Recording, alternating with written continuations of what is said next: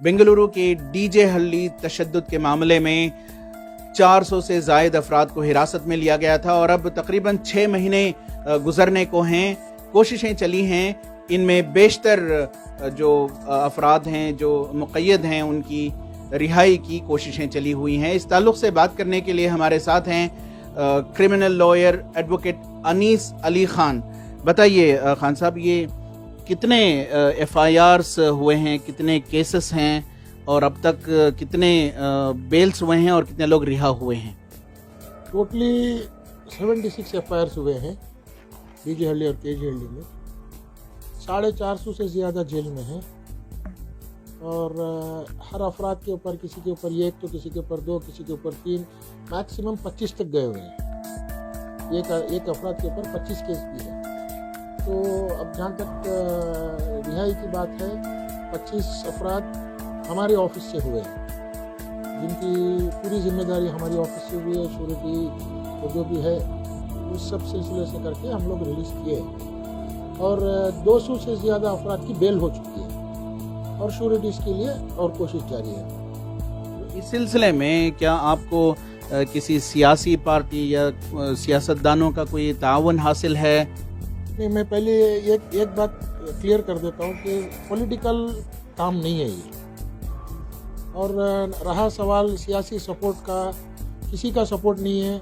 बस हमारे चंद दोस्त हैं जिनका नाम मैं लेना चाहता हूँ, जैसे कि हमारे इश्तियाक हैं, मुजम्मिल हैं, दुबई वाले यूसुफ भाई के बेटे मुजम्मिल हैं, और हमारे कुदरत है, मकसूद भाई हैं, और अल्लाह सलामत रखे जुहेब है, सज्जाद, इमरान, कॉर्पोरेटर इमरान गोरी पाले के, ये लोग सपोर्ट कर रहे हैं पर्सनली। वो श्योरिटीज़ के लिए वो सब सपोर्ट कर रहे हैं। इस वजह से 25 जने रिलीज़ होते हैं। ये सवालात उठ रहे थे कि मिली इदारों की जानिब से कोई पहल नहीं हो रही है कि जो अफराद जिनको गिरफ्तार किया गया है उनकी रिहाई के सिलसिले में क्या कोई मिली इदारा या मिली इदारे भी आपको किसी न किसी तरह सपोर्ट कर रहे हैं? तो सपोर्ट की बात है, एक्सेप्ट महाज, ये इदारों में कोई आगे बढ़ के नहीं है।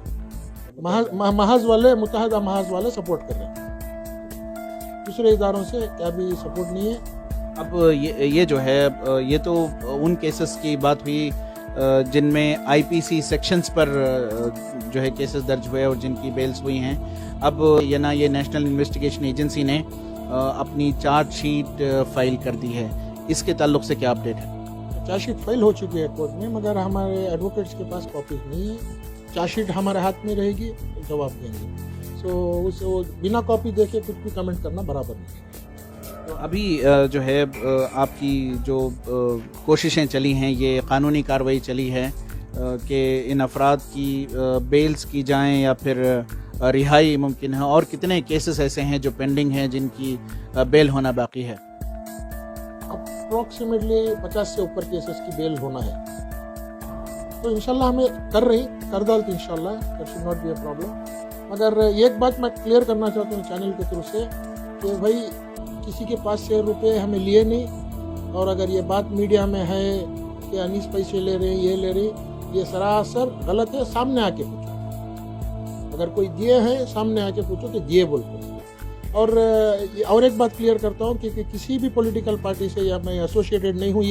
ये मामले में मेरा बेस अलग है, ऐसा दूसरों का बेस अलग है। और अब फाइनल में एक बात बोलना चाहता हूँ कि जो नाम बाहर आ रहा है कि पैसे ले रहे, ये ले रहे, इस वजह से मैं जो भी जिसके भी साथ था 2-4 रोज़ पहले तक भी, मैं मेरी सपोर्ट विड्रॉ कर रहा हूँ। मैं मेरा काम मैं खुद कर लेता हूँ, मुझे किसी भी सियासतदान की या किसी की भी ज़रूरत नहीं है। मेरे साथ अल्लाह है, मैं मेरी मेहनत मेरे दोस्तों के साथ कर लेता हूँ। बहुत बहुत शुक्रिया। हम बात कर रहे थे एडवोकेट अनीस अली ख़ान ने, जिनका कहना है कि तकरीबन 200 अफराद की उनकी जानिब से बेल हो चुकी है और श्योरिटी करना बाकी है, और 25 अफराद की रिहाई पूरी तरह से हो चुकी है, जिसकी श्योरिटीज़ एडवोकेट अनीस अली ख़ान के दफ्तर से गई है। और उनका ये भी कहना है कि ये जो खिदमात उनकी की जा रही हैं, बेल सिक्योर करना या फिर रिहाई करना, डीजे हल्ली के मामले में जो गिरफ्तार हुए हैं, ये आज़ादाना तौर पर है